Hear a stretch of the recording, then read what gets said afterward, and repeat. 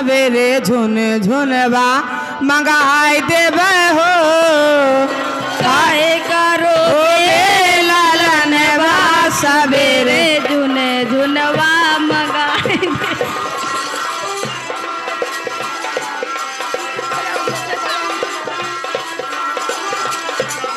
Hello, ये आगे राम सबद, राम सबद यादव यानी सुगानगर के निवासी 10 रुपया दे रहे हैं, लेकिन उनका कहना क्या है, करिया मुर्गी उजल पखना हमारे भैया निकल के बहन रखना हो करिया मुर्गी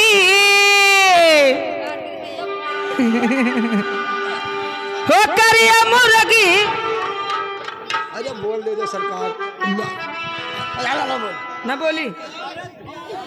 हेलो, हो काहे करो बे लालनवा सवेरे झुन झुनवा मंगाई देवे हो काहे करो बे लालनवा सवेरे झुन झुनवा मंगाई देवे हो काहे करो लालनवा सवेरे घुन घुनवा मंगाई देवे हो।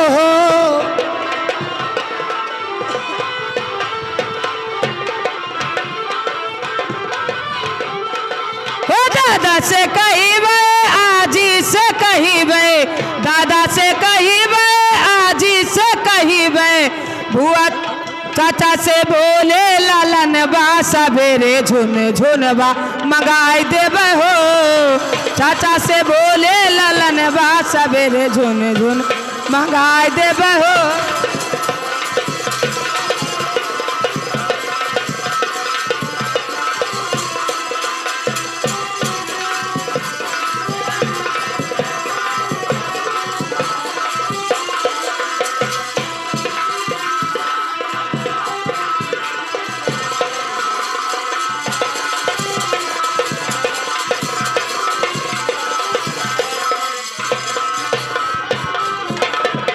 बुआ से कहिबे फूफा से कहिबे बुआ से कहिबे फूफा से कहिबे बुआ से बोले लालनवा सवेरे झुन झुनवा मंगाई देवे हो बुआ से बोले लालनवा सवेरे झुन।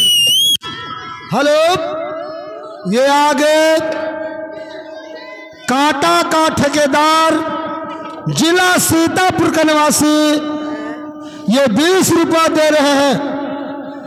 बड़ी बड़ी खुशी की बात ये हमारी पार्टी उन्हें हार्दिक धन्यवाद देती है।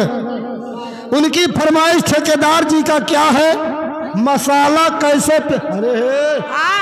मसाला कैसे पीसो मेरी जान। अच्छा, अरे पहले मारी खुट खुट अरे फिर मारी सरकौआ।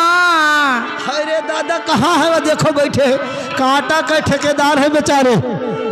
अरे पहले मारी खुट खुट अच्छा, अरे फिर मारी सरकौआ। अरे 3 बूंद पानी के डारी हुई गई चपक छैया मसाला कैसे पीसे।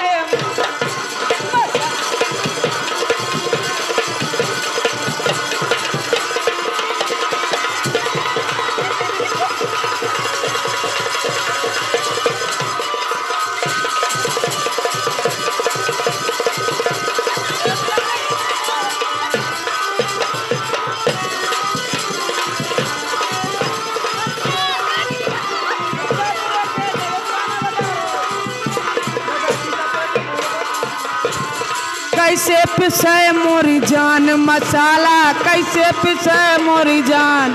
हेलो हेलो, ये आगे